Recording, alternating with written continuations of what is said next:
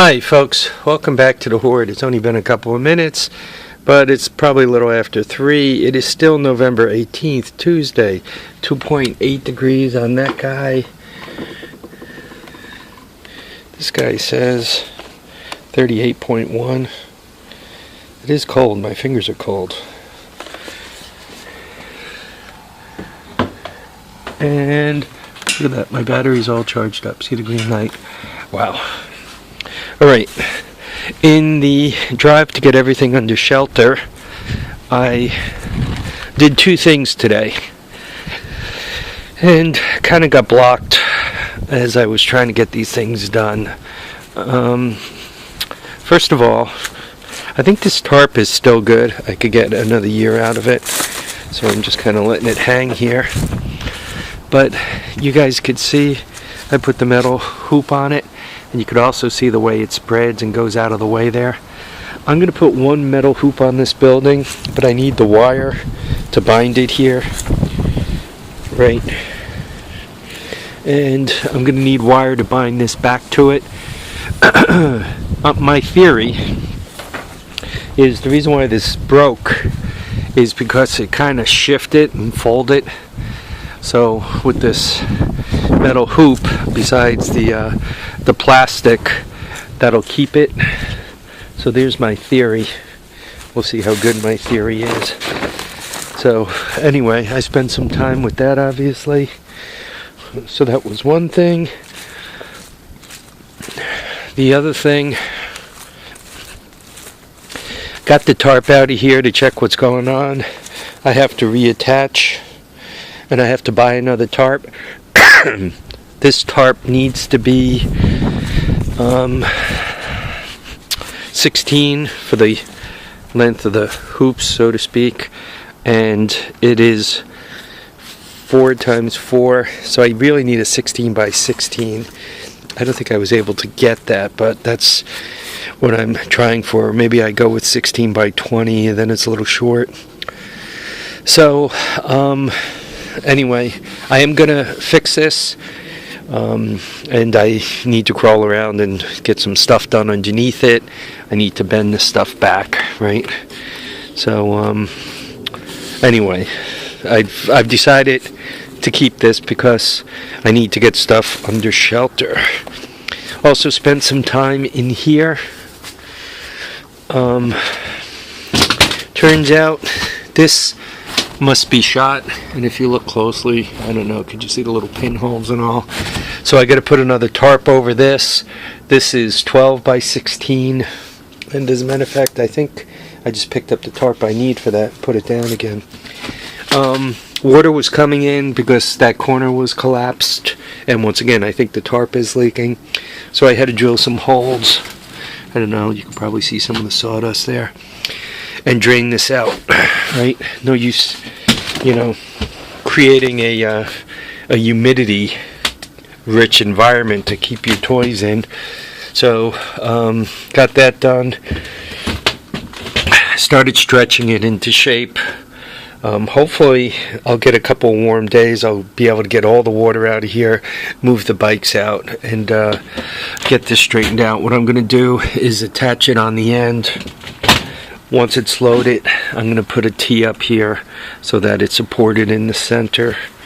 Basically, this thing needs to be supported in the center probably twice, and then I got these things on the ends, right, to support the ends. So that's kind of the hoop building discussion. Given that I'm going to try to keep it from snowing here, there is only one way that I know of stopping snow, and that's when you service your snowblower. If your snowblower is ready to go, typically it does not snow. If your snowblower is broken, we get snow. So here's my snowblower. I bought this last year. I don't recall what I paid for it.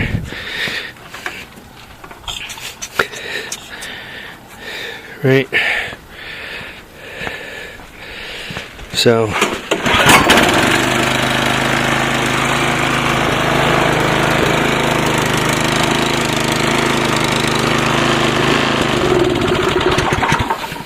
there we are.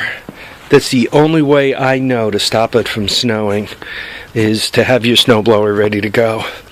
About this thing, I plugged it in and it does nothing. Oh, it does something. Oh, blows cold air. Oh, there you go. I guess the on and off switch isn't quite right. I don't know what I'm going to do with it. I'll put it someplace safe and see if it works in the spring. I really hate to cut apart a functional air conditioner, especially this one's new. You can see the Energy Star label. Probably EER of 10, 8,000 BTUs, R22. Well, it still has R22 on it, so it's not that new. Anyway, so I'm just gonna let it hang around a little while longer. Oh, the other things. Got mothballs. My buddy Tim's favorite joke is, I'm gonna go into work, and he always tells this joke over and over and over again. I'm gonna say, "Hey Tim, I bought some mothballs to put in my shed." And then he's going to ask some unsuspecting individual, "Have you ever smelled mothballs?" And the person will say, "Yeah." And his response will be, how'd you hold the moth's legs open to smell them?" Something along those lines. Anyway, he always tells the same joke. We always laugh. And whoever it is who gets caught by the joke always gets angry. Alright, Cushman. That's the size of the Cushman flange. That's the size of the carburetor that needs to go on. Much like that. If you take it and you just put it over the flange, you could see, I think you could see how it just kind of floats around like, you know, chucking a hot dog down an empty corridor, right? Just floating around, so that ain't gonna work.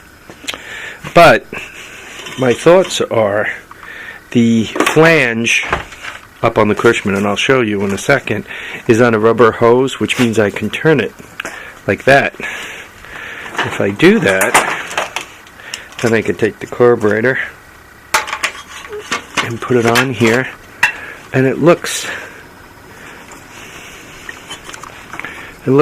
so much better. Looks like it might work. So, I don't know. How well am I showing you? I'm not showing you well at all. Let's try this side. So, and to allow me to do that, I bought brass. This is what round end caps, because I thought they were cool. Tim actually threw them in for nothing. So I like those. Like that kind. I like them when they're free. And I bought some sheet brass. Right? So I'm figuring what I'll do is I'll have the manifold up and down like that, like bolt on like that. Then I'll have the carb bolt to it like this. And I think I have enough width to do this. Yep. See, my width is good. Bang, bang. And from from the other point of view like that. And I think I can make it all work. That's my theory. One more thing, let me show you the furnace. I normally don't let people work on my stuff, and let me tell you why.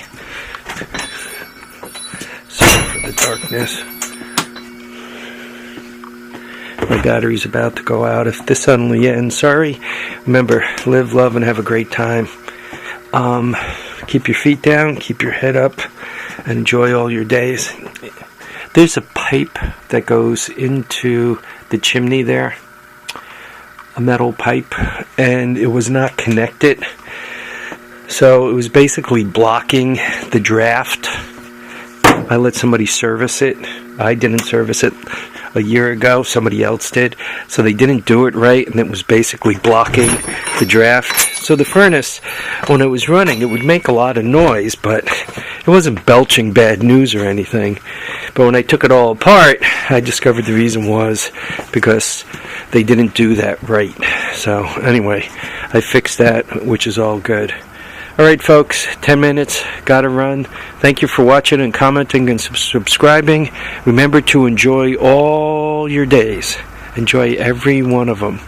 Don't care what anybody else says. They're your days. They don't belong to anyone else. Take care now. Bye.